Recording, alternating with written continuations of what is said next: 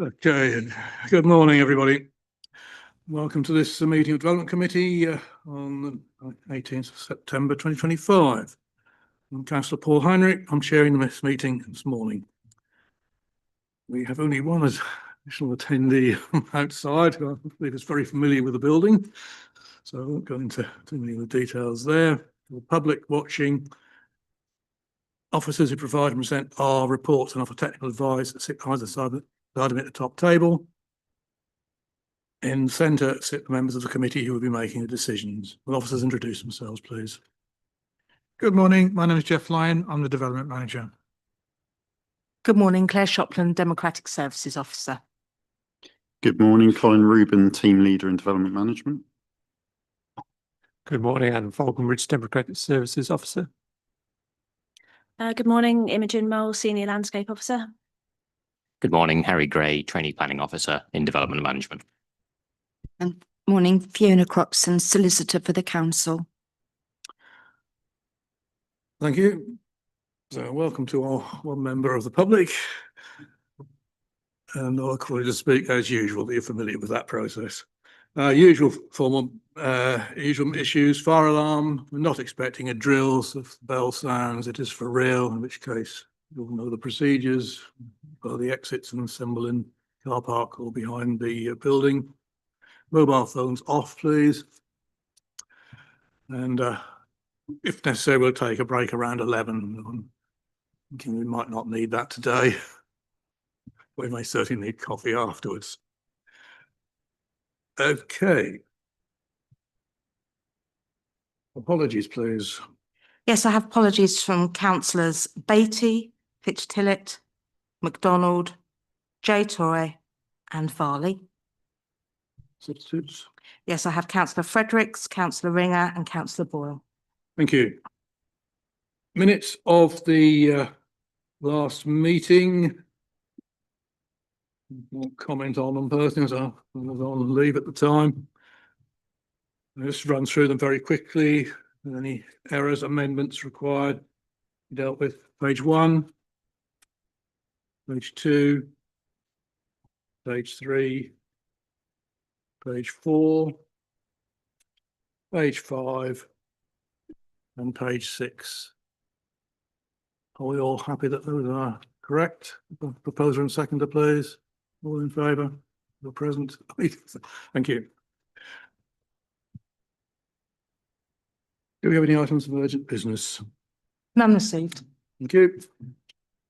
This morning's business will proceed as per your papers. We move to item 7. Any declarations of interest? How's Holiday?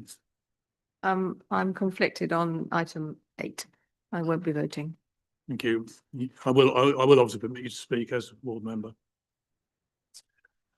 Let us then move to our first substantive item, which is Blakeney PF/25/0522. And you'll recall many of us attended a site visit regarding this application a couple of weeks ago.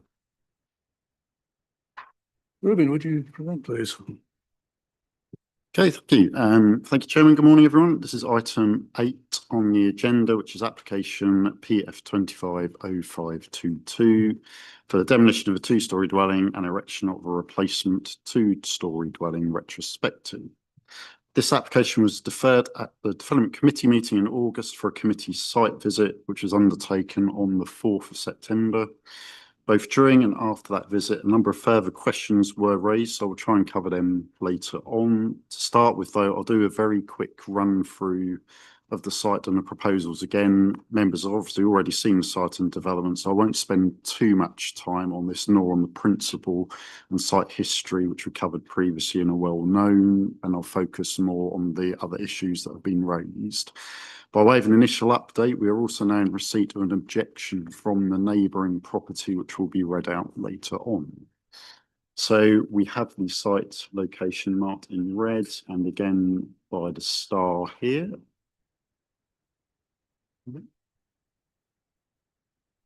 And yep, site outlined in red. This is an aerial shot of the site. These are the plans of what was the existing property on the site. These are the approved elevations that were approved under application or variation application 241921 last year. And these are the proposed elevations as now built on the site. Just please note the addition of the aircon units on the bottom right.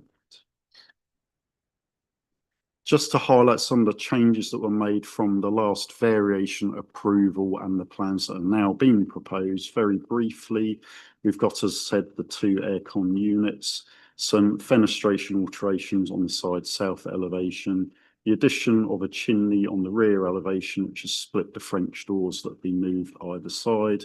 And then on the front elevation, we've got an additional extension and above the porch at the front, an enclosure of that porch. This is a brief comparison of the previously existing dwelling and the now proposed dwelling. And this is the same again on the south elevations and the north elevations.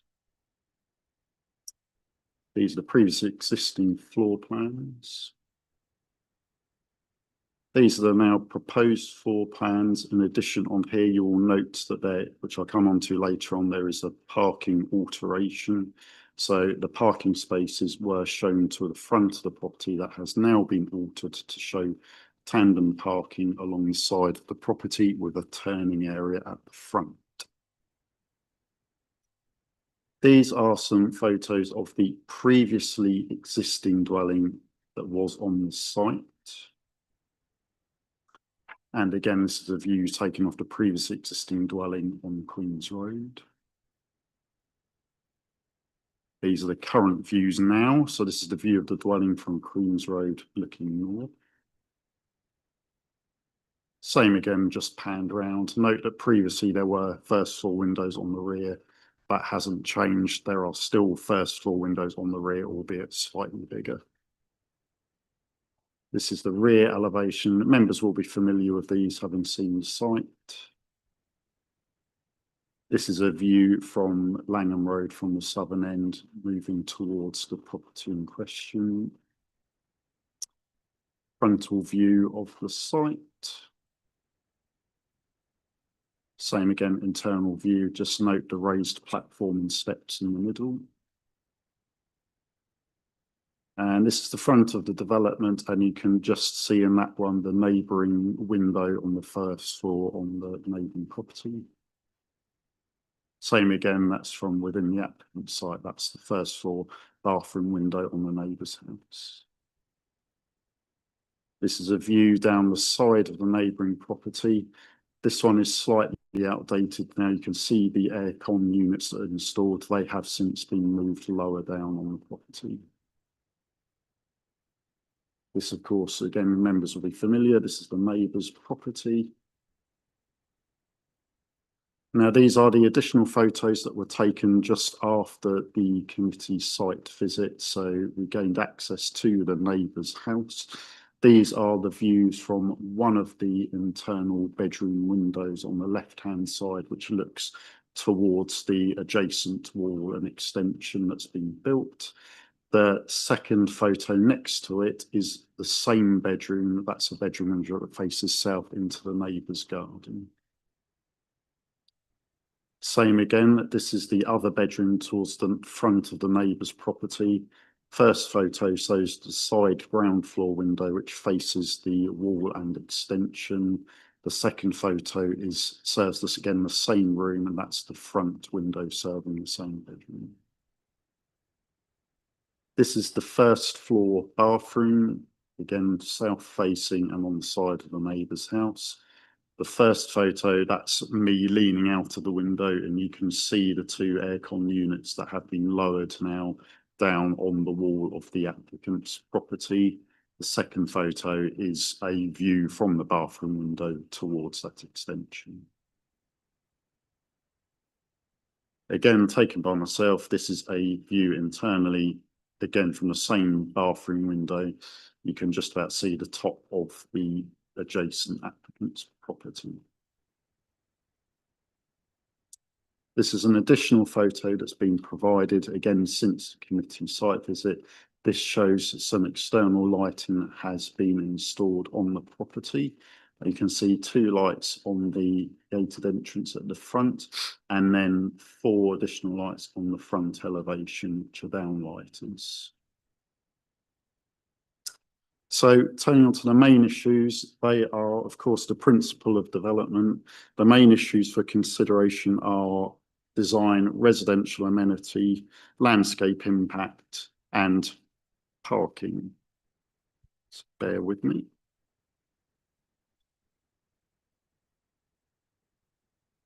So in terms of materials, there is a mix of materials in the locality.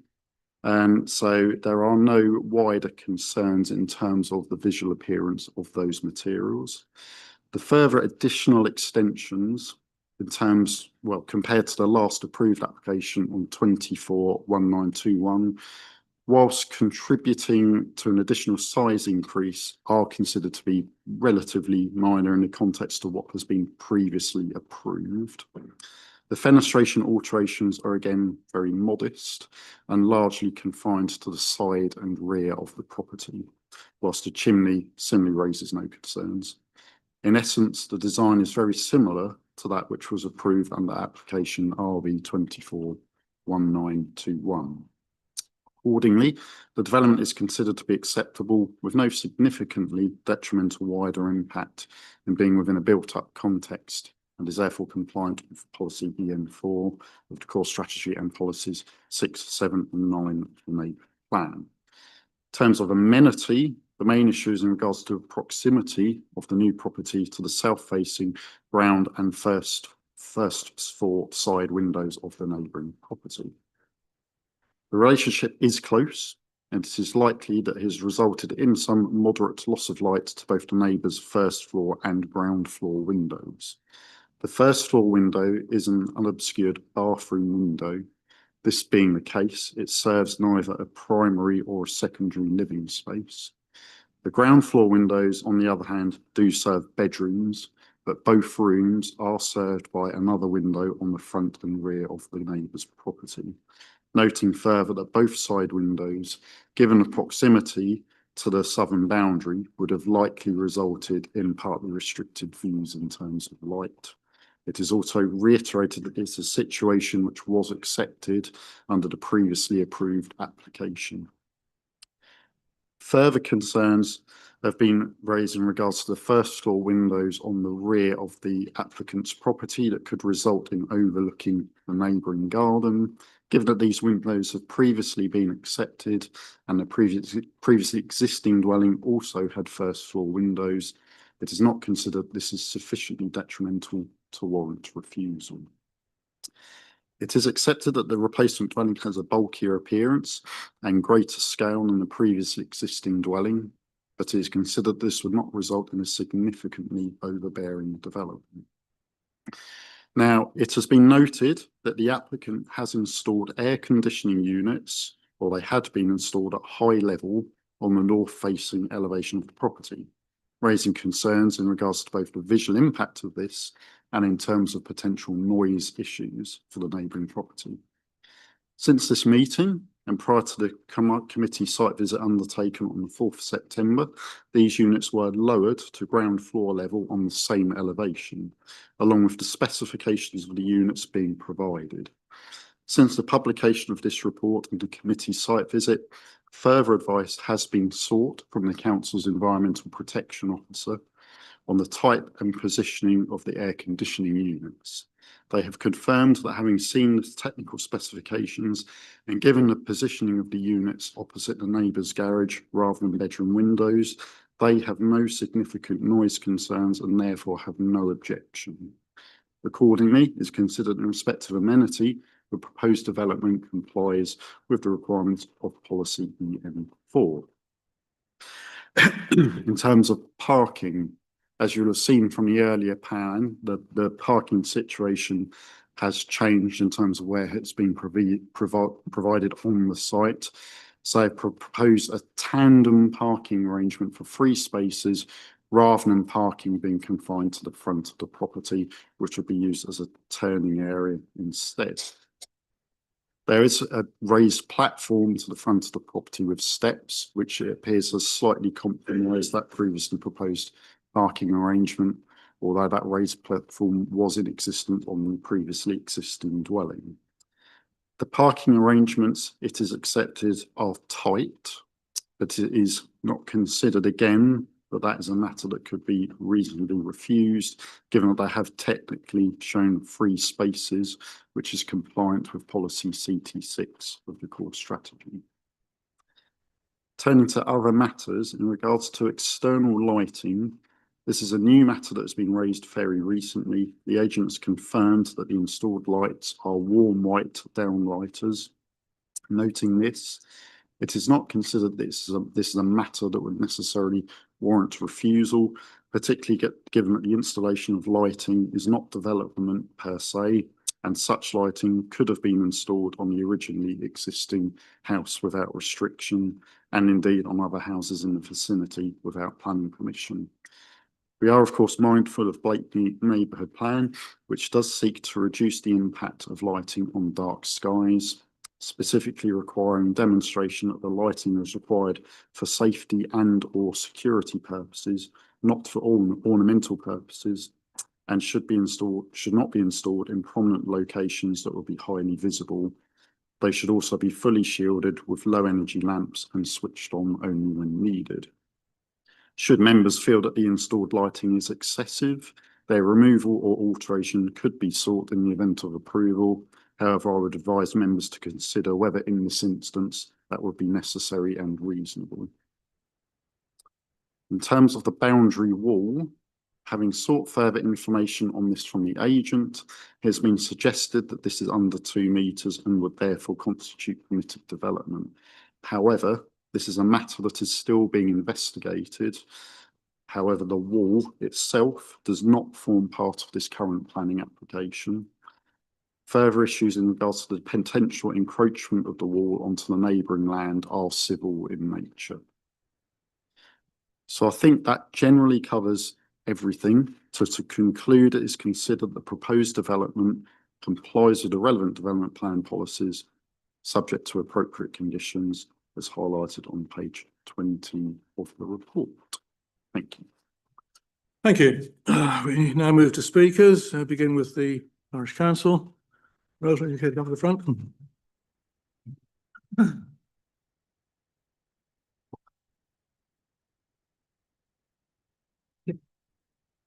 Usual 3 minutes.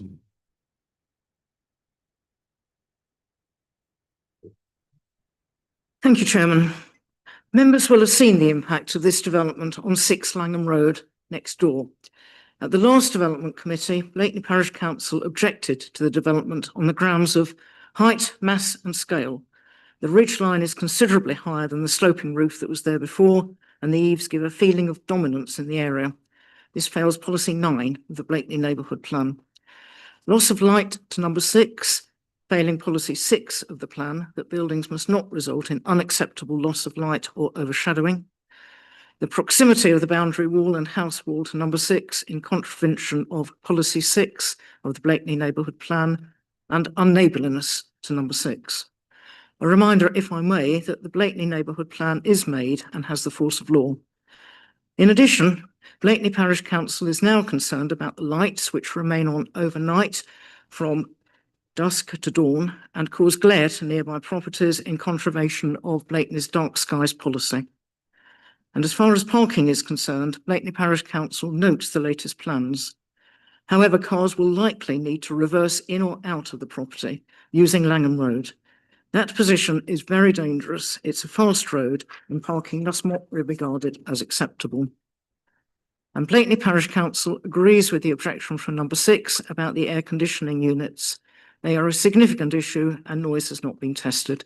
They are still on the north facing wall of number 8, with the nearest about 10 feet away from a bedroom. The officer's report recognises the proximity of the new build to number 6 as uncomfortable and that it has resulted in moderate loss of light to the bedrooms and a bathroom. This understates the position. Contrary to what is said, Blakeney Parish Council does not believe that the first floor window would benefit from sunlight.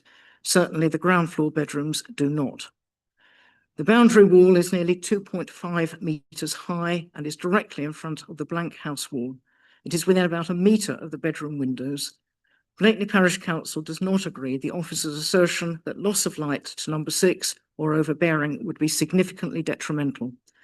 There can be no doubt that number 6 has suffered considerably from this development and will continue to do so. It therefore fails policy EN4 and does have a detrimental impact on the residential amenity of nearby occupiers. Blakeney Parish Council believes this application fails policies in the local plan and Blakeney Neighbourhood Plan and asks the Development Committee to reject it. Thank you, Chairman. Thank you. We don't have an objecting speaker, but we have the late objection received from the neighbouring property. Chair, Mr. Ribbon will read out. Okay, so this is the objection from the neighbouring property. Over the years, we have followed with interest the various planning applications for 8 Langham Road and the Hyde. The plans have been subject to many variations and at times it has been difficult to relate them to the buildings which emerged. But it should be noted that we did study all of the plans from PF 160699, May 2016, for the Hyde, for approximately 16 applications to RV 241921, September 2024, for the old police house. The plans have generally been acceptable and we have not felt the need to object, so we tacitly accepted all proposals up to and including the current approved plan RV 241921. We have noted from the agenda for the meeting on the 18th of the 9th, 25, that a lack of objections has been a strong factor in the decision to recommend the latest plan RV 250522 for approval. We apologise only for the lateness of this objection to PF 250522 and our objections are as follows. We support Blakeney Parish Council with their objection. We support the objections raised by the 3 speakers at the NNDC meeting on the 21st of the 8th, 25. The height of the ridgeline. Using comparative scaling on the plans, it is clear that the ridgeline on the proposed plan PF 250522 is higher than that of the approved plan RV 241921. This would have consequences for our house, so we need confirmation of the true height of the new building, perhaps to be confirmed by an appropriate survey or architectural details. Ambient light and solar panel issues. The height of the ridgeline and in particular the raising of the eaves are significant for our loss of sunlight from the southeast, south and southwest. This was not the case in the previously approved plan RV 241921, to which we did not object.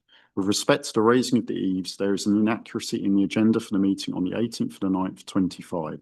In the section Principle of Development and Site History, reference is made to raising the eaves on the north elevation, appearing to suggest that this was part of the approved application RV 241921.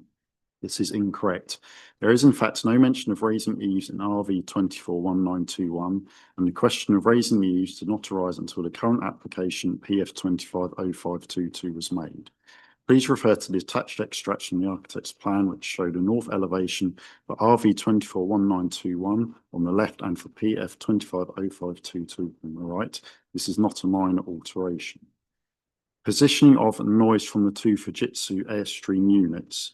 We object to the positioning of these units and do not feel that the issues have been sufficiently resolved for the application to be approved. The units have been lowered and are consequently no longer visible from our house, but they remain very close to our buildings. The issue of noise from the units has not been resolved. The agenda for the meeting on the 18th of the 9th, 25 states that further advice is being sought on this matter from the Council's Environmental Protection Officer, and that committee members will be updated verbally at the meeting as to the acceptability of these units. This is not acceptable to us and we feel that this is being rushed through. We should surely be given sufficient time to consider the results of the further advice obtained before the meeting. Both units are now approximately 18 inches from the back wall of our double garage, which form the boundary between numbers 6 and 8, and we have concerns about the possible detrimental effect on the wall. Incidentally, our garage and attached outbuildings are omitted from every set of the architect's plans for number 8, but they are always present on all official plans of the area. We feel that the air conditioning units should be moved either to the opposite wall of 8 Langham Road south facing, where there is no nearby residential property and plenty of fresh air, or the west facing wall where the nearest residential property, the Hyde, is many yards away.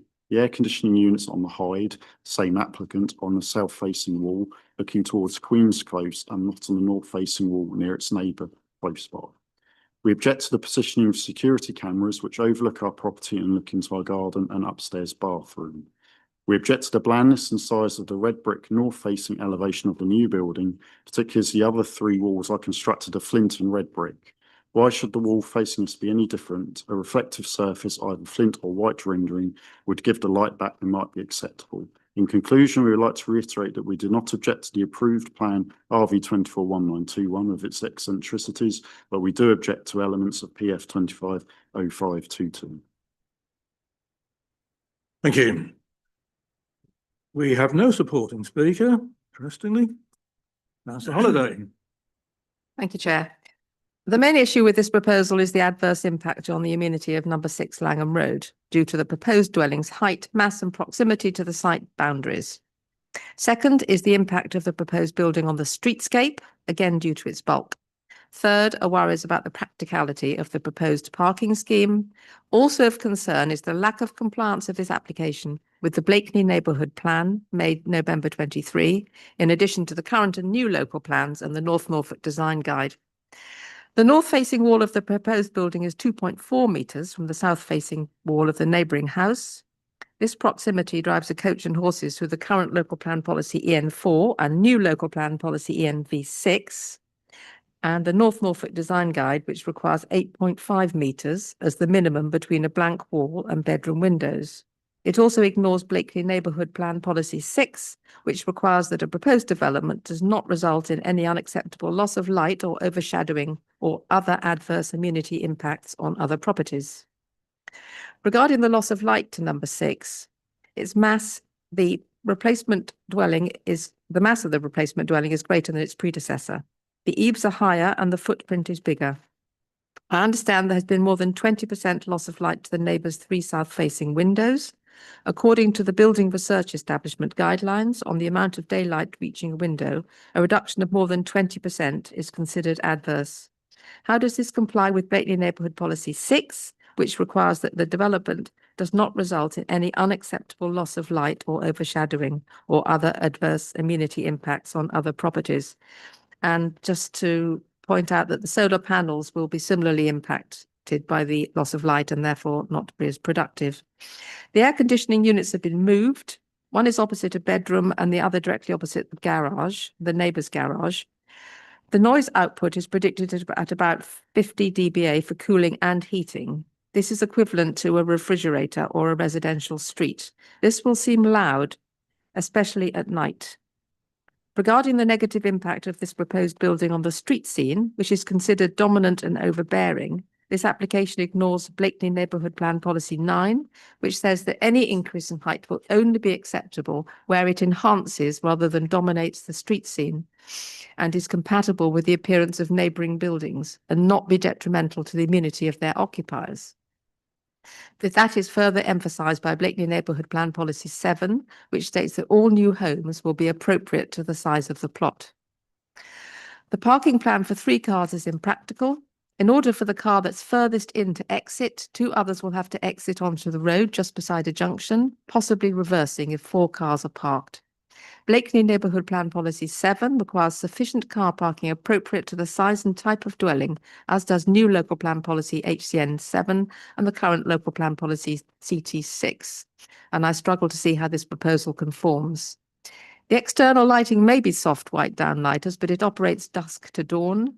The lighting scheme does not conform to Blakeney Neighbourhood Plan Policy 9, which requires that any new external lighting proposal should incorporate motion detectors and timers to restrict operating hours and no dusk to dawn lamps. And it doesn't comply with Policy 12, which states that external lighting must demonstrate that it's necessary for safety and/or security rather than ornamental purposes. In summary, this application should be refused because of its adverse impact on neighbours and on the streetscape and its lack of compliance with current and new local plans and especially Blakeney Neighbourhood Plan. Parking provision and lighting are also not policy compliant. I understand a previous planning application is a material planning consideration, but does this outweigh the harm caused by the amenity issues of this new proposal? Thank you. Thank you.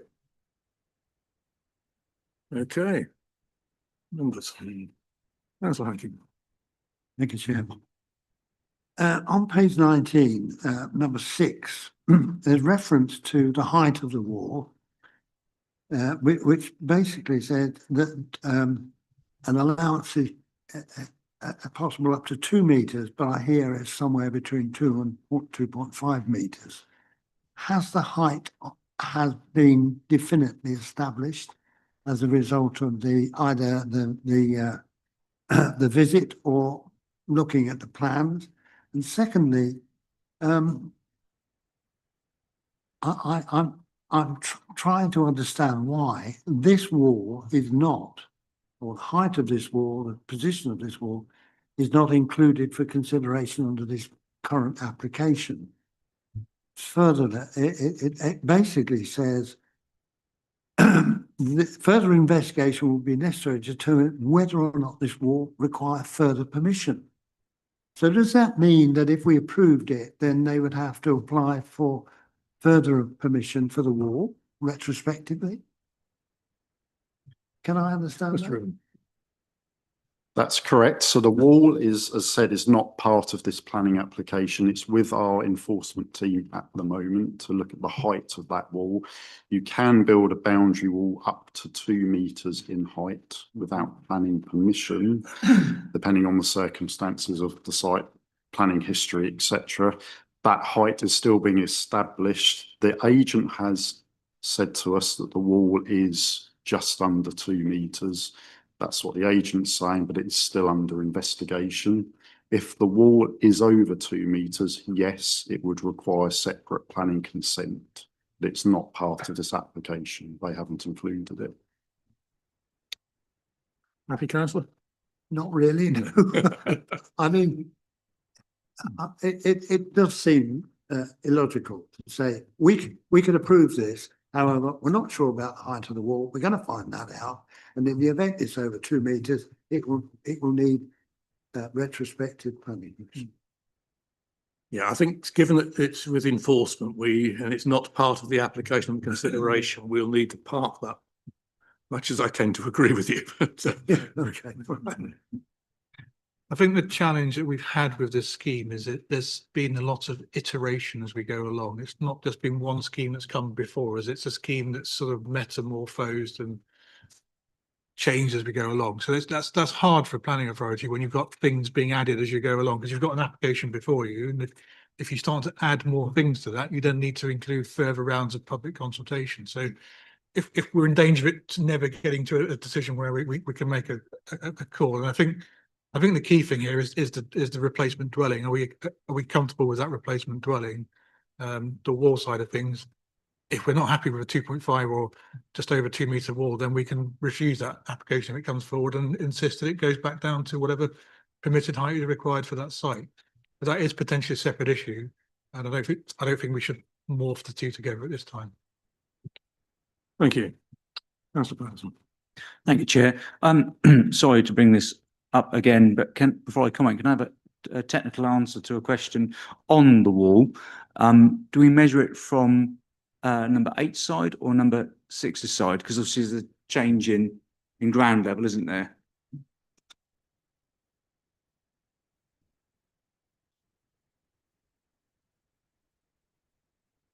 Yeah, sure. Yeah. So we measure it from the higher side. So it's from ground floor, well, floor level on the higher side. So you measure from the higher side? Yeah. Okay. Right, I'll go on and comment now, if that's okay. I'm not comfortable with this part retrospective application. I don't think the parking provision is correct. The lighting, if what we're told is on all night, doesn't seem correct. I would like to know the difference between what's been approved ridge height and what the current ridge height is now.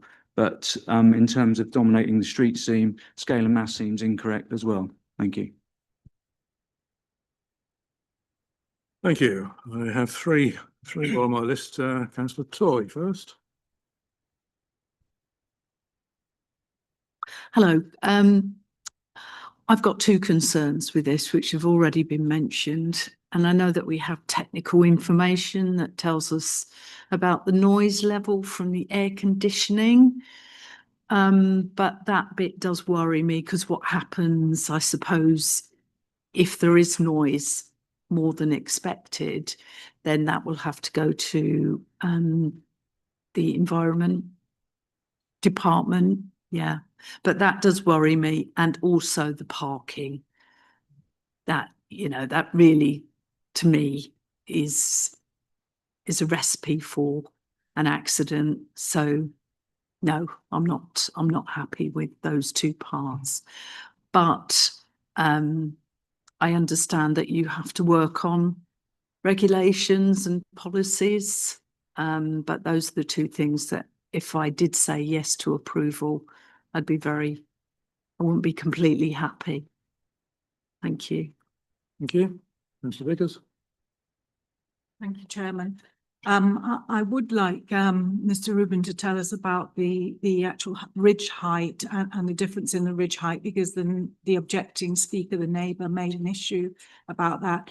I don't quite share all the other reservations. On my visit, I thought it fitted fine with this, with the streetscape, and you know, they are houses quite close together and different designs. So I didn't actually have a problem with that. I appreciate what Councillor Toy says about the parking, but you know, the original house, you know, would have had cars going in and out. So I don't think the busy road issue is much of an issue to me. Thank you. Thank you. Councillor Fredericks. Thank you, Chair. Good morning, members and officers and members of the public. I have a real problem with the fact that they haven't stuck to the original application that was approved. This is a blatant denial of that application by the builders or by the applicant. And what message are we sending out if we're accepting all these changes, including air conditioning, which is absolutely against what we're trying to achieve with our climate change emergency? There seems to be no consideration for the village or the neighbour. So I would propose rejecting this application, and the applicant should go back to the previously approved application. Okay, I just remind you, you're not used to this committee. We have to deal with the recommendation in front of us before we can go to an alternative recommendation. Yeah, I mean, it's never easy as a decision maker when you're faced with almost a sense of a fait accompli that a building's being built, and you're having to make a decision as a committee as to whether you think it's acceptable or not. In some ways, it makes your job easier because you've been out to see the site, you've been out to see what the structure looks like. So in some ways, it's easier than trying to assess something on a plan, but it doesn't make the decision making any easier when things change as you go along and you're having to make that decision as weighing up the different issues. I mean, it's worth saying it isn't a criminal offence to build first and then apply later. Clearly, it's not what we would expect applicants to do, because ultimately they put this application together at their own risk.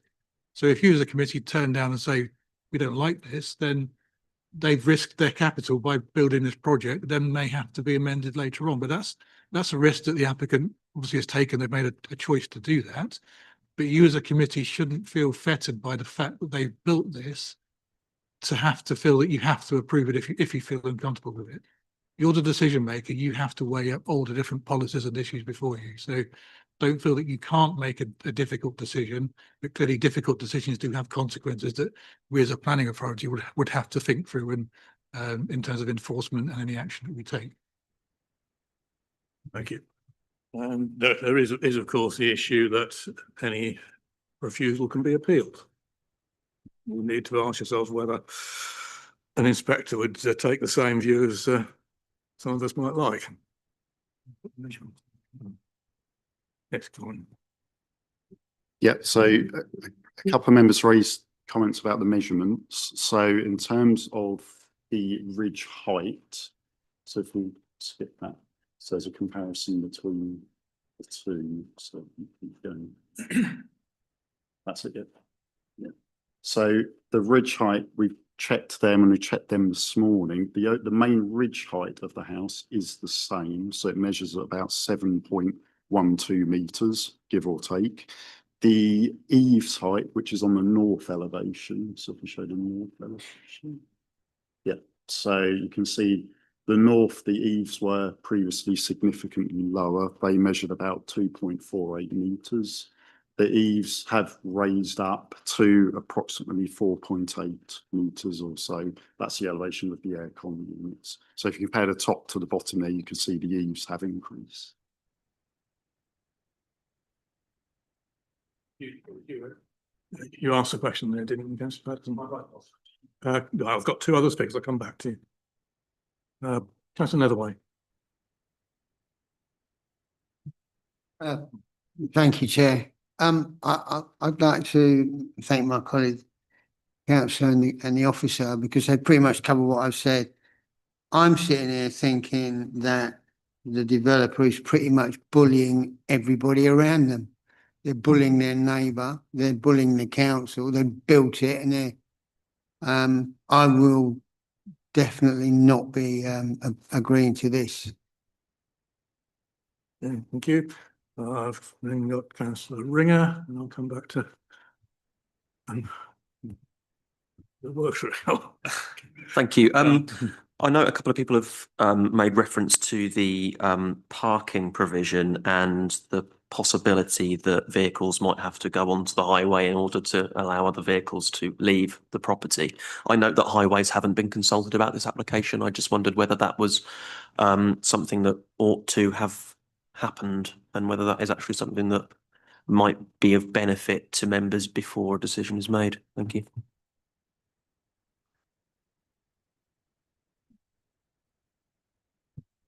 I mean, obviously, you won't get the answer from the higher authority to help you make a decision today. I mean, my own advice to you in terms of the parking issue is that's probably the less stronger element in an objection than matters of design or overbearing impact. In my view, because the higher authority probably won't object. It would be my sort of professional view as where they might will come back to. Because the applicant can show 3 cars parked on the site as a policy requirement. So I'm just imagining myself in front of an inspector trying to argue that there's going to be a harmful highway impact or on-street parking as a result of the proposal. And if they're showing 3 cars, yes, it might be tight and you might have to squeeze out of those spaces, but there's 3 spaces shown on that plan. So it's going to be hard as a planning authority to say this doesn't accord with the aims of your general policy. Thank you. Right, to come back to Councillor Patterson first. Thank you, Chair. It was a question over the measurements of the height.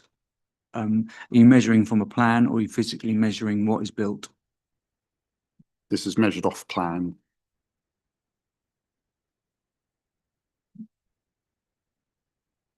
Well, that would be ideal to measure what's there rather than off the plan. But, okay. Mr. Vickers, you want to come back? Thank you, Chairman. I just think we need some clarification because on the site visit, I mentioned the sheer brass neck element of this. I mean, I have huge sympathy if people don't understand planning law, they've made a mistake, but I was told that this should not be a matter for consideration. We just have to consider what's in front of us. And I know that a few colleagues here have made objections about the fact that this person is a developer and has, changed the plans about several times. But I think we need clarification that that's not actually relevant in this case. I don't know if Mr. Lyons has anything to say. I mean, as I said earlier, it's not a criminal offence to build first and apply later. So as a decision maker, you shouldn't have in your mind the fact that it's already built. You need to assess it as if it hasn't been built, because then you're not fettered as to the fact that if you refuse it, you're thinking ahead, oh, there's going to be some enforcement required here. So just assess it as if it hasn't been built. And if you feel it's unacceptable in policy terms, then you make that view as a committee and then think about the next steps after that one. Thank you. Councillor Brown. Yeah, good morning, everybody. This is a really difficult one, so I find. I'm pleased that the officer is recommending, in view of the planning history, that permitted development rights will be removed if this goes forward today. Can I just get straight in my own mind the distance between the gable wall prior to the new modification of this building in terms of the gap from the gable of the adjacent bungalow and the north gable of number 6? We've heard from the local member that the recommendation is a gap of 8.5 metres.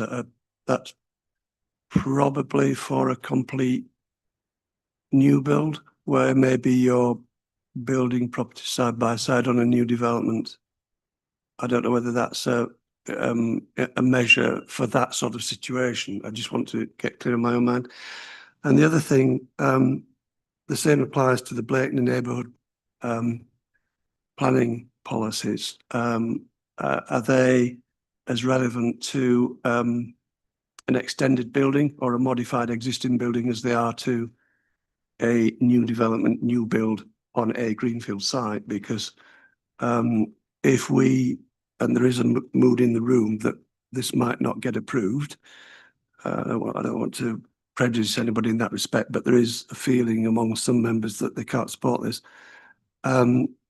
We're going to have to come up with reasons to refuse it, rather than just say we don't like it and, you know, we're refusing it. So I want to know whether we can hang our hats on the Blakeney neighbourhood policy potential contraventions as a reason for refusing it, given that the Blakeney neighbourhood plan is more recent, in December 23, is it? November 23. If we can have a look at that. And I do question the environmental protection team's capacity to enforce breaches of the external lighting. And I know the local member is a champion of dark skies and minimising light pollution, quite rightly, in this location. And in other locations in her ward, let it be said.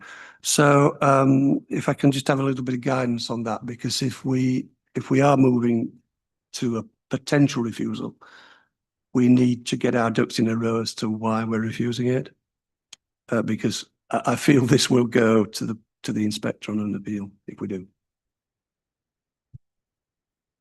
Well, if I answer the second part of your question about the weighting and the policy point, and then I'll hand over to Colin, who is just frantically trying to get the measurements for you that you've asked in your question. So I think you're basically asking, well, where does the weight sit in policy terms? So for the neighbourhood plan, we've got a core strategy, and we've also got an emerging local plan, which is now gathering significant weight in our decision making for quite a number of those policies. So if you look on page 15 of your report, we've set out particularly the Blakeney neighbourhood plan policies, which you've heard in representations today from both the parish council and ward councillor about relevant policies that they feel that the scheme doesn't comply with. So particularly those are policy 6 on design of development, and you've got specific policies on replacement dwellings, so improving the design of new and replacement homes, and policy 9 on existing dwelling replacement. So there are clear policies there that you as a committee can hang your hat on, to, for want of a better phrase, if you were minded to raise concerns. Now, the neighbourhood plan was adopted after the core strategy, and actually if there's a competition between the policies of our core strategy and the neighbourhood plan, then the neighbourhood plan would take precedence because that's a more recent addition. Yes. Now, to add to the complexity, we now have an emerging plan which has its own set of policies. So you can and should give significant weight to a number of those policies, and we do have policies in that plan that may be relevant. So we've got policy ENV6 on protection of amenity, and we've got ENV8 on high quality design amongst others, and our parking provision policy. So in theory, you could put together a hybrid of those different policies.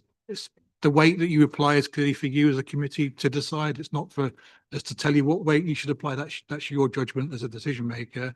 But clearly you can apply and should apply full weight to the Blakeney Neighbourhood Plan, because that is an adopted plan. And so that has more weight than the core strategy when you're comparing the two together. So hopefully that sort of answers your question, Councillor Brown. And hopefully that's given Colin enough time to get the measurements that he needed for your question. So yeah, so as you see on the photo there, the distance between the applicant's property and that bungalow is just over 2 meters, so it is very close. That's not changed in terms of the existing property and where that was positioned. So all that happened was the eaves, so that the wall was in the same position, but obviously the eaves have significantly increased in height. So it hasn't moved any closer. It's just that the eaves have gone a lot higher. The bit that has moved closer is towards the front of the neighbour's house, where they've brought the extension outwards to be in line with that back part. So if we go on to the existing improved proposed. Yeah, so if you scroll through. Yeah, that one. So you see the north elevation at the top there. So you see there was an indent on the previous existing property that's been brought forward to be in line with the other wall, and the whole thing is now approximately just over 2 meters apart between them and the neighbouring property. Thank you. Measured off the plan. Councillor Boyle. Thank you. Councillor Brown has more or less asked my question. Just looking at the side elevation, previously existing and proposed, the north elevation. So the height of that wall is significantly different in the newer, in the as built now, isn't it? Which is why the light, obviously I wasn't here on the first thing or site visit, so that's why the presumably is affecting the light significantly, because the roof line is very different from the existing plan. And my other thought, only being it minor, but this has happened to one of my neighbours where they've had they were about to get solar panels, and then with an extension next door, the solar panels wouldn't have worked because it's gone up very high. And obviously the solar panels were existing before this elevation, and so they've lost light, not only light to their bedroom, their rooms, but they've also lost the light for their power, which I think is, is relevant in this case, and it will be relevant in the future with extensions or changes of building. I think it's something that we as a development committee are going to have to bear in mind, because obviously the regulations aren't up to that, but now it was just a thought. Thank you. Thank you. Councillor Fisher, then we'll try and bring this to a close. Thank you, Mr. Chairman. Yes, clearly we're all unhappy with the proximity of this building to number 6 and the dominance on the street scene. Although, having said that, there are a number of different buildings in the proximity. However, I think we do need to test all the things that we've just been talking about.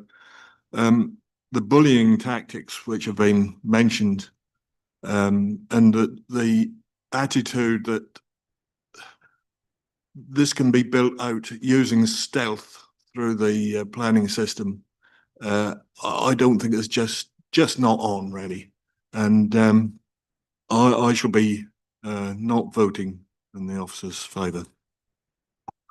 Okay, thank you. Could I just ask one question before you do? Were we to approve, would it be possible to put conditions in on the lighting? Any other issues haven't covered yet? The answer is yes, we can put conditions on lighting, future installation of lighting and potentially to address the lighting that has already been installed. Thank you. Yeah, this is probably one of our harder cases we've had for quite a while in many ways, isn't it? There are so many layers to whatever decision you take today, and it's made it even more complicated by the fact there are previous planning permissions which have granted a scheme that's not that far away from what we're talking about today. Obviously, mine are the changes that, if you just want to put the slide up, it shows the changes, Adam, the red circle changes. So in essence, we're being asked to consider those points, but it seems more than that in many ways, because we're almost going back to base principles. Is this size of replacement dwelling acceptable? Now it's more complicated because previously when they were granted permission, it was under the basis that they would be retaining the existing property, but that clearly has been demolished. So it begs the question, what weight can we reasonably afford to a planning permission that can't now be implemented because the permission has been in effect lost because they've demolished the existing house? So it's, and how an inspector would view that if we went down the refusal route is the thing that gives us sort of the headache as planning officers, because we know that bring this before a planning inspector, they're going to be considering material planning considerations, which is the planning history of this site. So there's no guarantee that if you do refuse, that an inspector will agree with you as a committee. It really depends on what the grounds you bring forward for refusal. So, I mean, I'm sensing the mood in the room. I think it's fairly obvious where this one might be going. But obviously we need to be mindful of what's gone before us in terms of affecting how we shape our refusal if we do go down that route, because we will have to defend whatever decision we take today. Thank you.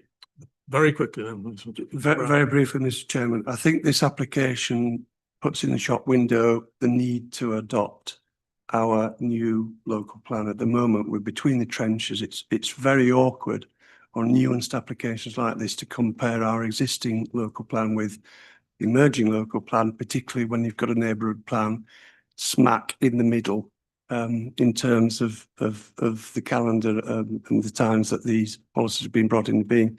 So it's like waiting for a bus. We've been waiting for a bus for 2.5 years.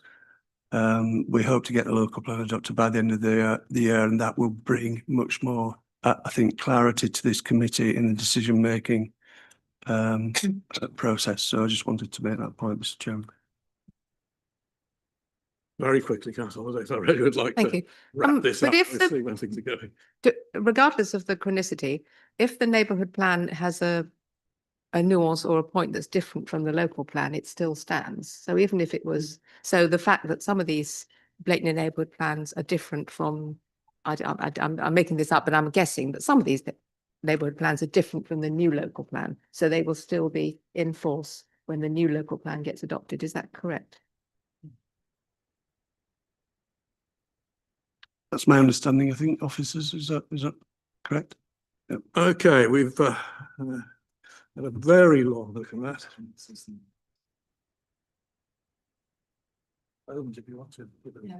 Just very quickly, I mean, the loss of private rights to light can be dealt with under the private right to light legislation. So there may be some sort of civil action the neighbour can take.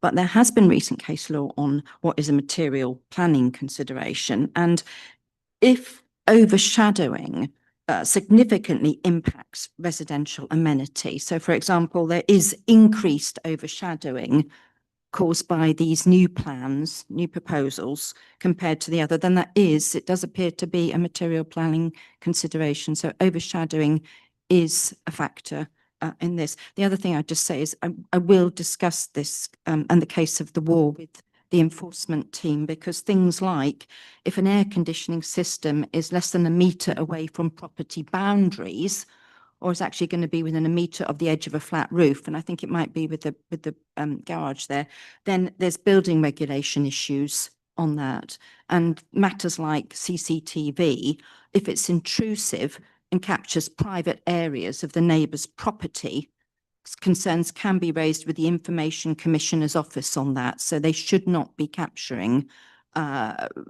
images, private images of the next door neighbour. So there are different legislation, aspects that can be dealt with on some of these concerns raised this morning. But I'll definitely speak to the enforcement team and about the wall, because that does need to be dealt with very quickly. There's been a lot of media coverage, Chair, on doorbell cameras having the same problem and giving rights of action between neighbours. But that's a legal matter, not a planning matter. Thank you. Okay. Let's try and wrap this up one way or the other. The recommendation before you is for approval, subject to conditions, one I mentioned on lighting. Do I have a proposer and seconder? Okay, I'll have to propose and second from the chair to enable this to proceed. Can we take a vote, please? Can I ask members to move their microphones a little closer, because I think we're not hearing it particularly well. Thank you. Councillor Boyle. Against. Councillor Brown. Against. Councillor Fisher. Against. Councillor Fredericks. Against. Councillor Hankins. Again. Councillor Heinrich. For. I have an abstention from Councillor Holliday. Councillor Netherway. Councillor Ringer. Against. Councillor Toy. Against. Councillor Vickers. For. Councillor Patterson. Against.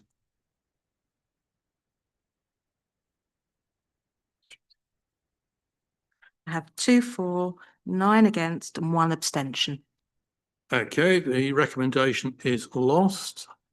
I now require recommendation for refusal with reasons, please.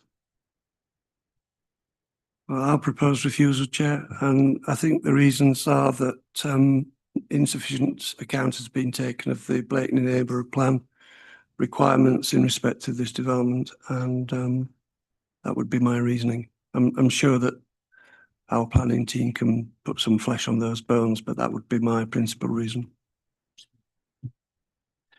Yeah, I've obviously been looking through the Blakeney Neighbourhood Plan policies. I think some are helpful, some less so, that have been mentioned today. I'm obviously guided by you, but I think my sort of advice would be to focus perhaps on policy 7, which talks about improving the design of new and replacement homes, because that has, in its first bullet point, reference to recognising and reinforcing the distinctive local character in relation to height, scale, density, spacing, layout and orientation.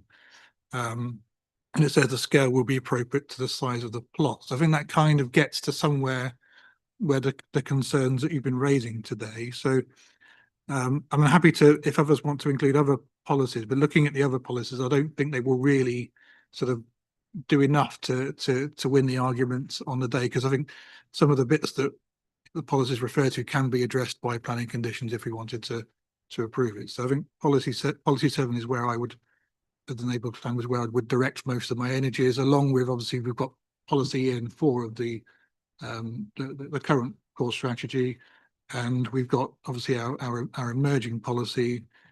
We've got policy ENV6 on protection of amenity and ENV8 on high quality design. So I think an amalgamation of those to the 3, giving different weights. And I suppose as a committee, you'd have to say that you're giving those emerging policies significant weight in the decision-making process. And then depending at what point it gets to a planning inspector, if it goes to appeal, then obviously we'll have an adopted plan at that point, and you will have already referred to the relevant policies in that adopted plan and a neighbourhood plan. Are you satisfied with that, Councillor Brown? Yes, I'm grateful to the development manager for explaining that. I think that's appropriate, and I think it's unfortunate that the applicant hasn't appeared before us today as well. I think that should be noted on the record. Agree with that. Could I have a seconder, please? Councillor Fisher. Sorry, beat you to it. Councillor Holly, did you want to add anything? Yes. Am I allowed to speak at this Well, stage? we're debating refusal at the moment, so yes, technically we can Okay, go I would through a just- whole debate again. I would just raise Blakeney Neighbourhood Plan number 9. You might want to look at that. Thank you. Just refresh.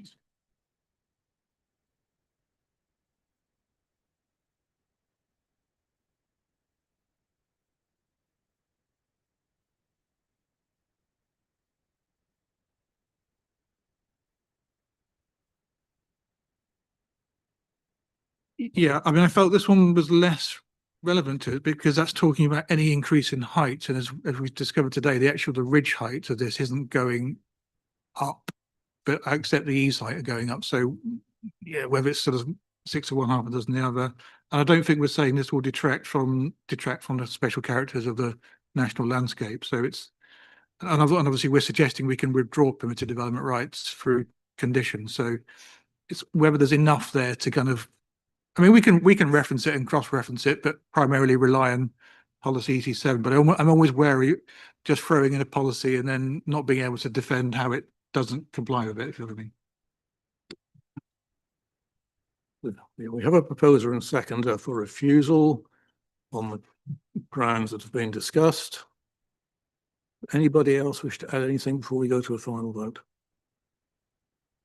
Okay, thank you. Yeah. Vote is for refusal, remember? So, Can I just clarify one thing? So yes. so that make sure that we're working with Colin, we can capture fully the reasons for refusal. So we're raising concerns about sort of amenity grounds in terms of the noise impact of a air conditioning unit. Is that also on the cards here? Because obviously we need to get our environmental health colleagues on board with any recommendation for refusal, because they'd have to defend our reason for refusal. And is it Also, the fact that that apex roof is 2 metres higher than the original plan, I think, if we can capture that as well. You want to say anything?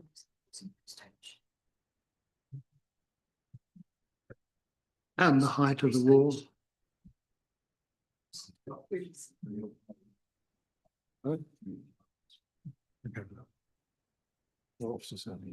Yeah, I think we've got enough to put together a sensible reason for refusal that we could mount a decent case of defence.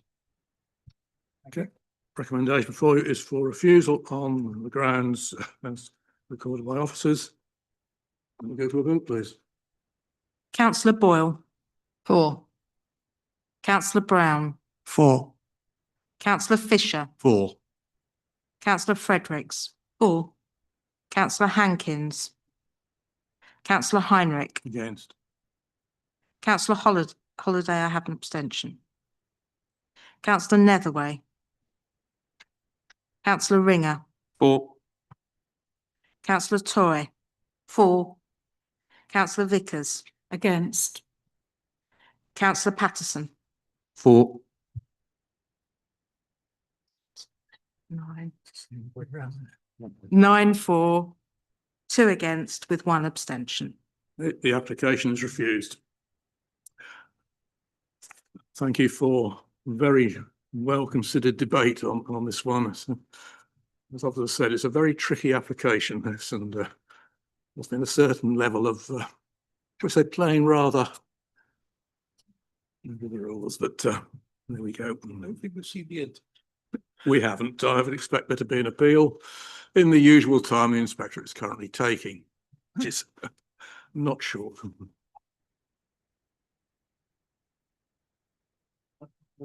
Okay, let us move on now to something slightly less interesting, but equally as important, to TPOs. First one is TPO/25/1075 in Bristol. When you're ready, Imogen. Thank you, Chair. So this is to consider confirmation of a TPO that we served at Three Oaks. The TPO protects Three Oaks. It's situated on the Norwich Road in Bristol, with West End Street coming up in the north and Edgefield Road, creating a sort of triangular area. Yeah. And here we have an aerial view of the oak trees. They're large, mature specimens in the garden. And you can see the historic maps. This area was predominantly common land with a strong arboricultural features along that Norwich Road existing at that time. They form quite an iconic entrance to the village. Anyone that's driven along that Norwich Road will have noticed these trees, the substantial spread across the road. They're hard to miss. That's tree 1. And then the next tree 2, so both very substantial, very prominent. And tree 3, the next one, set further back into the garden, but still quite visible. So we had 2 objections to the order. A lot of it was around maintenance of the trees. There is some low-hanging boughs over the road that do need addressing, and we've got a site visit tomorrow planned to discuss that work. There were other issues about acorns, leaf matter, detritus falling into neighbouring properties, but interestingly, no objection from the owner. So we think trees are important. These ones particularly to the amenity, character, biodiversity value of the area, and confirm the order is in line with those policies that we have in place. That's that. Thank you. Thank you. Any questions? Councillor Vickers. Officer Boutier, you said the owner doesn't object to these TPOs. Is that right? That's right. Yes. Okay, thank you. Okay, could recommendations to confirm the order, propose and seconder, please? Yes, Councillor Hankins and Councillor Patterson. I'm happy to propose. Okay, thank you. Let you take you as seconder, Councillor Hankins. We go for a vote, please. Councillor Boyle. 4. Councillor Brown. 4. Councillor Fisher. 4. Councillor Fredericks. 4. Councillor Hankins. Councillor Heinrich. 4. Councillor Holiday. 4. Councillor Netherway. Councillor Ringer. 4. Councillor Toy. 4. Councillor Vickers. 4. Councillor Patterson. 4. That's unanimous. Thank you. The order is confirmed. We'll now move to the next TPO, please. Item 10 on your agenda. Thanks again, Chair. So this order is in Fakenham at Fernbank Cottages to protect one sycamore tree. The tree is situated fairly central to Fakenham town, between Wells Road and Queens Road. The property was part of a row of cottages that was given permission as a subdivision of the garden of Wells Road back in the late 1980s. The tree is older than that, so it would have been considered and retained as part of that development. And you can see here how that garden was subdivided on the picture on the left, and where the tree is situated quite close to the corner of the property on Fernbank, and is on that boundary feature. And here's an aerial view of that part of Fakenham. You can see the cemeteries very verdant with mature trees, and there's quite a strong east-west green belt that gives that landscape connectivity across the town. And here it is a slightly closer up aerial view, and you can see the proximity there of the canopy to Fernbank Cottage. There we have look back at some historic pictures again. I don't think these are the particular tree in question, but you can see there's been a historic east-west verdant nature to that part of Fakenham. And here we have some more aerial views just showing the sort of that line again of the vegetation coming through. The rear garden of Fernbank Cottages is free of trees and shading, as you can see. but the tree is situated at the front of the property, which is then on the next slide. And you can see the proximity there to the roof. There is a degree of separation, and as set out in the report, we have already had an application in to remove the tree, and pruning was granted at that application. A subsequent consideration by the owner wanted to reconsider that decision, and they sent some additional photos there of the detritus and some of the issues that are happening there in that front garden with.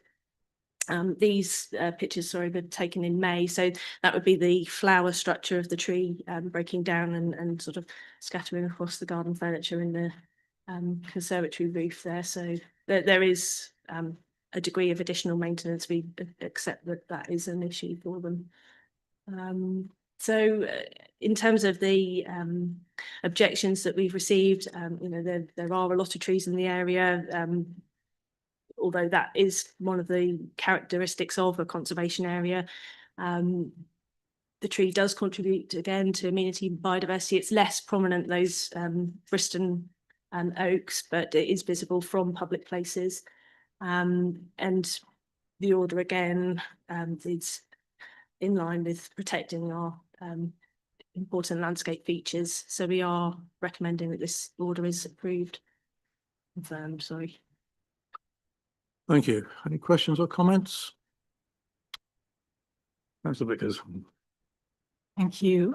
I'm very sympathetic to tree protection orders, and this is in my ward, and I did a little site visit. I haven't been lobbied by the applicant at all, but what concerns me is its proximity to the roof of the house, and you know, in high winds blowing down and crushing, is it such a significant tree? And I wonder if it is actually appropriate in that very small, almost suburban garden.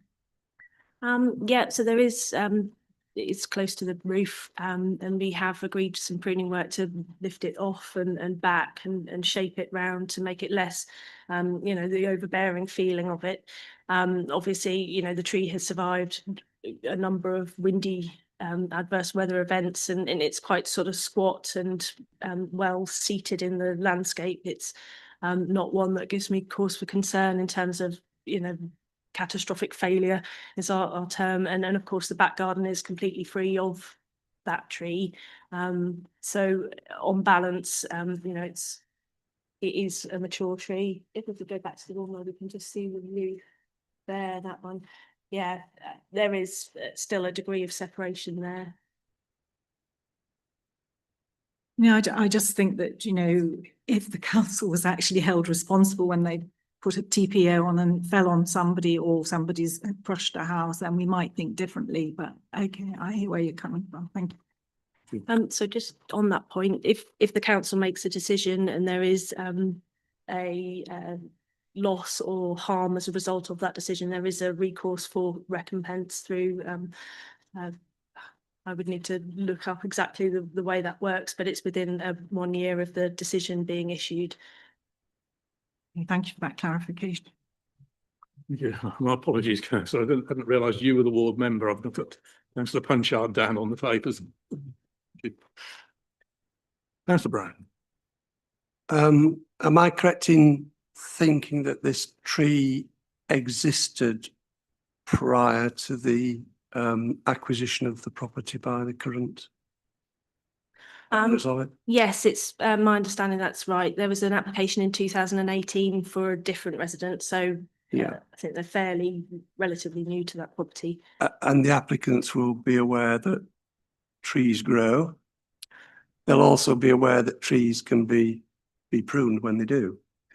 Do we as an advisory say to an applicant, to an occupier of a property rather like this, that they should notify their insurer that a tree in their garden has now got a tree preservation order on it? And to what extent is it important to inform the insurer if theoretically this tree was completely downed in high winds, which does happen? Following on from Councillor Vickers' point, how vulnerable is the property adjacent to it? So it's my understanding when you take out any buildings insurance, you should have that discussion with the insurance provider. Some insurance providers are very relaxed. Some are very, want to know exactly within a certain distance of your property, exactly the number of trees and what condition they're in. I think it very much depends on the provider. In my experience, when trees have come over onto houses, some view it completely as an act of God and just, oh, no one ever saw that coming and it's just pay out and no questions. Others will ask a bit more about appropriate management of the tree. So they'll look at, have you had an arboriculturalist in to look at the tree? Was it regularly? Have you never done anything and left it dead for years and it's toppled over, and was that negligence? And there's quite a low bar actually set. So the process of the council coming in and having a look at that tree, and as professional tree inspectors, we have looked at that and deemed it safe. And so that obligation is then met by the owner of the tree. Yeah, it very much depends on. So we think it's likely to survive at least 12 months, and so we're not perhaps exposing ourselves to. Yeah, in my view, it's got a long, safe, useful life. Okay, thank you very much. Thank you. Okay, no more questions. Could I have the recommendation is that we confirm the order. Could I have a proposer and seconder? Councillor Ringer, Councillor Boyle. Take the vote, please. Councillor Boyle, 4. Councillor Brown, 4. Councillor Fisher, 4. Councillor Fredericks, 4. Councillor Hankins, Councillor Heinrich, 4. Councillor Holiday, 4. Councillor Netherway, Councillor Ringer, 4. Councillor Torre, 4. Councillor Vickers, Abstain. Councillor Patterson, 4. it's 11-4 with 1 abstention. Okay, the TPO is confirmed. Thank you.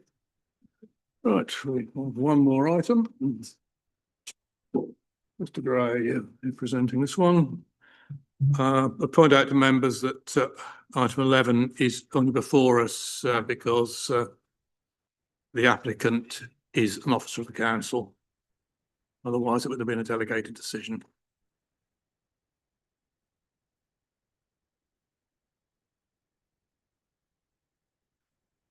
Good morning, members. Thank you, Chair. Yes, as Mr. Chairman has just said, this application for installation of 36 ground-mounted solar panels at Field Farm Cottage in West Norton, sorry, Wood Norton rather. Thank you. As you will see from this location plan here, the site lies to the sort of northern extremities of Wood Norton, down the end of Wings Lane. This site plan here provides a bit more information as to where the solar panels are proposed. So they're going to be on the western boundary of the property, adjacent to the neighbouring property. And this area also provides a bit more detail as to what the site looks like from aerial point of view. And then this is the proposed elevations, just showing the height and the width of the solar panels. This photo here should give a bit more context as to the appearance of the site. So this is taken from adjacent or somewhat near the applicant property, looking south as indicated by the map on the bottom right, and show the area of land as to which the solar panels will be situated upon. This next photo is taken from this private access route into the property, looking north, again showing the piece of land where the solar panels will be. And this next photo is taken slightly further down the access road as indicated on the map on the bottom right. And it sort of looks over the boundary line for the neighbouring property, where you've got the long grass and should be situated behind there. The main issues are obviously on screen as follows there. So principal development, the effect on landscape, effect on residential amenity, whether it would have an impact on highway safety and biodiversity net gain. And the recommendation is for approval subject to conditions. Thank you. Comments? Yes, your ward member, I believe. Yes, okay. Yeah, I'll check with the council, they have no objection to this, so comment that where it's located, yes, it is almost hidden in most directions, so I'll support this. Okay, can I propose and seconder then, please? Councillor Patterson, Thank you, Chair. Happy to propose.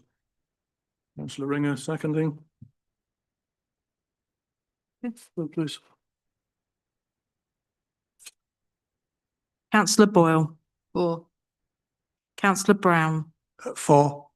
Councillor Fisher, 4. Councillor Fredericks, Four. Councillor Hankins, Councillor Heinrich, Four. Councillor Holiday, Four. Councillor Netherway, Councillor Ringer, 4. Councillor Toy, 4. Councillor Vickers, 4. Councillor Patterson.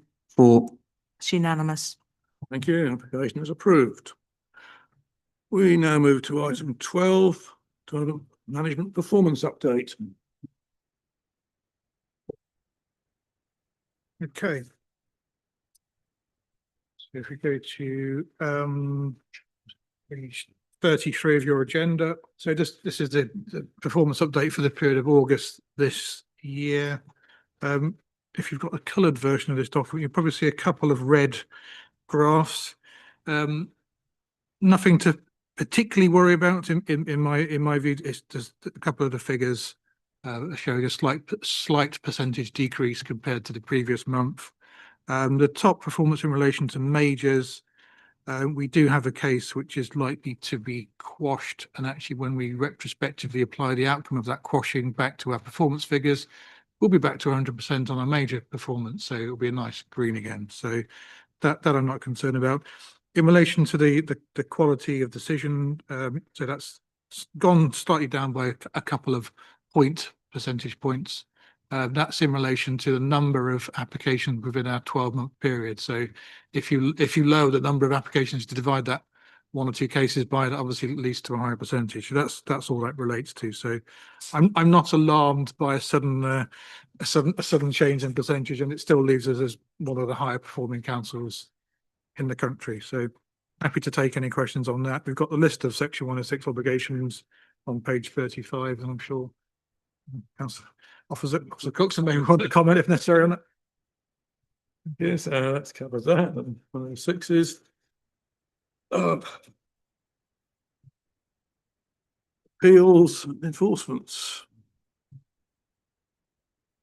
It's been a busy month in Bristol by the looks of it. They've actually issued us some decisions, and quite a few, as you see on page 39 and page 40, quite a few of those have been dismissed.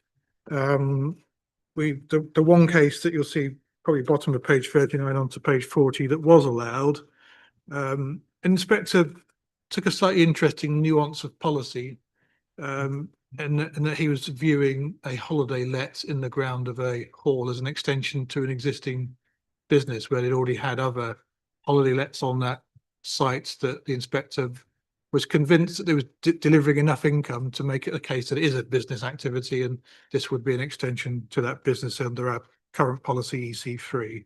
So I don't think it necessarily rides a coach and horses through that, but that's the only sort of notable appeal that was dismissed. We had a informal hearing for a site at Ludham.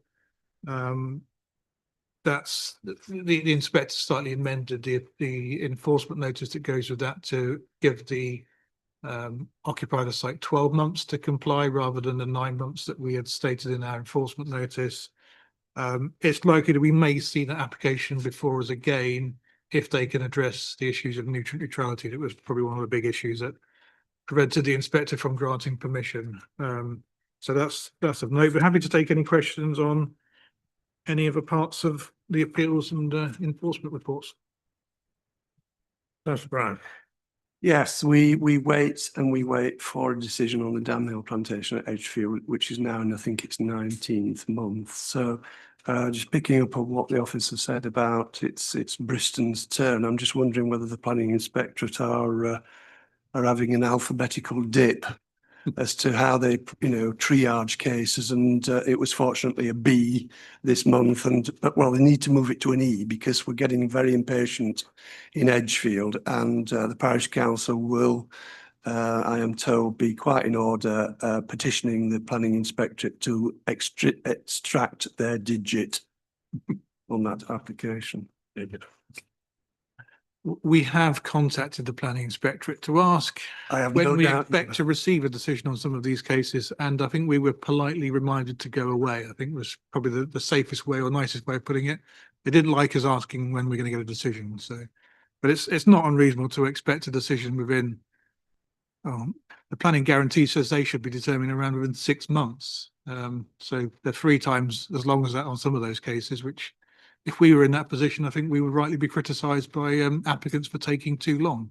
But it seems the planning inspectorate can get away with it. I'll leave it at that. I wouldn't blame you if you replied that we're not interested in human relations and travel, so get on with it. Councillor Fisher. Thank you, Mr. Chairman. Therefore, under Councillor Brown's analogy, I am concerned about Wells. That the pizza van may have mentioned before. It's the 31st of the 8th, 2023. So that has met the 2-year test. And could be the 3-year test by the time we get through the C's and the D's, I think. Have you not informed us previously that the pizza van has long since disappeared? The pizza van is 12 months gone. Yeah. Okay, anything to add on the Sheffield one on enforcement? Part allowed. Well, that was the. Well, that's as I described at the bottom of page 42. That's the one where the inspector has amended the compliance period from 9 to we had a 12. previous caravan in Latimer using the 2. Okay. No more questions. We'll close the meeting at 11:01. Yeah, we'll close the meeting. Close the meeting 11:01 then.